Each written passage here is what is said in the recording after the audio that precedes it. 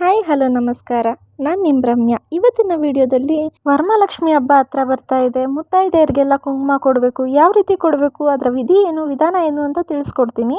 ಮನೆಗೆ ಯಾರೇ ಮುತ್ತೈದೆಯರು ಬಂದ್ರೂ ಕುಂಕುಮ ಕೊಡಬೇಕು ಅನ್ನೋದು ನಮ್ಮ ಹಿಂದೂ ಸಂಪ್ರದಾಯದ ಪದ್ಧತಿ.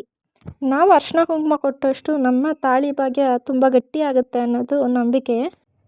ಮೊದಲಿಗೆ ನಾನು ಅರಿಶಿನ ಕುಂಕುಮ ತೊಗೊಂಡಿದ್ದೀನಿ. ಆಮೇಲೆ ಅದ್ರ ಜೊತೆಗೆ 2 ಎಲೆ ತೊಗೊಂಡಿದ್ದೀನಿ. ಎಲೆನ ಲಕ್ಷ್ಮೀ ಸ್ವರೂಪ ಅಂತ ಕೂಡ ಕರೀತಾರೆ. ಆದರೂ ತುದಿ ಯಾವಾಗಲೂ ನಮ್ಮ ಕಡೆಗೆ ಇರೋ ಥರ ಕೊಡಬೇಕು. ತೊಟ್ಟು ನಮ್ಮ ಕಡೆನೇ ಇರೋ ಥರ ಇಡಬೇಕು. ಇದ್ರ ಜೊತೆಗೆ ಅಡಿಕೆ ತೊಗೊಂಡಿದ್ದೀನಿ. ಅಡಿಕೆ ಬಟ್ಲಡಿಕೆ ಇಟ್ಟಷ್ಟು ನಮಗೆ ಶ್ರೇಷ್ಠ.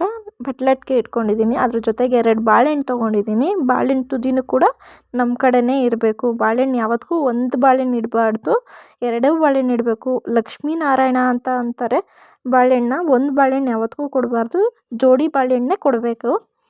ಅದಕ್ಕೆ ನಾನು ಜೋಡಿ ಬಾಳೆಹಣ್ಣು ಇಟ್ಟಿದ್ದೀನಿ. ಈಗ ಅದ್ರ ಜೊತೆಗೆ ಒಂದು ಕಾಯಿ ಇಟ್ಕೊತಾ ಇದ್ದೀನಿ. ಇದನ್ನು ಪೂರ್ಣ ಫಲ ತಾಂಬೂಲ ಅಂತಾರೆ. ಕಾಯಿ ಇಟ್ಕೊಂಡು ಕೊಡ್ತಾ ಇದ್ದೀನಿ. ಅದ್ರ ಜೊತೆಗೆ ಜಾಕೆಟ್ ಪೀಸ್ ಇಟ್ಕೊಂಡಿದ್ದೀನಿ. ವಸ್ತ್ರದಾನ ಮಾಡಿದಷ್ಟು ನಮಗೆ ಶ್ರೇಷ್ಠ. ವಸ್ತ್ರದಾನ ಮಾಡಬೇಕು. ಅದಕ್ಕೆ ಬ್ಲೌಸ್ ಪೀಸ್ ಇಟ್ಕೊಂಡಿದ್ದೀನಿ. ಈಗ ಬಳೆ ಇಟ್ಕೋತಾ ಇದ್ದೀನಿ. ನಿಮ್ಮ ಕೈಯಲ್ಲಿ ನಿಮ್ಮ ಶಕ್ತಿ ಅನುಸಾರ ಎಷ್ಟಾದರೂ ಇಟ್ಕೋಬೋದು. 2 ಬಳೆ, 4 ಬಳೆ, 6 ಬಳೆ, ಆ ಥರ ಎಷ್ಟು ಬಳೆ ಆದರೂ ಇಟ್ಕೋಬೋದು. ಇದ್ರ ಜೊತೆಗೆ ಹೂವು ಇಟ್ಕೋತಾ ಇದ್ದೀನಿ. ಹೆಣ್ಮಕ್ಳಿಗೆ ಪ್ರಿಯವಾದ ಹೂವು ಮಲ್ಲಿಗೆ ಹೂವನ್ನ ಇಟ್ಕೊಂಡಿದ್ದೀನಿ. ಇದಿಷ್ಟು ಮುತ್ತೈದೆಯರಿಗೆ ಕೊಡುವ ಅರಿಶಿನ ಕುಂಕುಮ ತಾಂಬೂಲ ಅಂತಲೂ ಅಂತಾರೆ. ಈ ವಿಡಿಯೋ ನಿಮಗೆ ಯೂಸ್ ಆಗಿದೆ ಅಂತ ಅಂದ್ಕೊತೀನಿ. ಇಷ್ಟ ಆಗಿದೆ ಸಬ್ಸ್ಕ್ರೈಬ್ ಮಾಡಿ.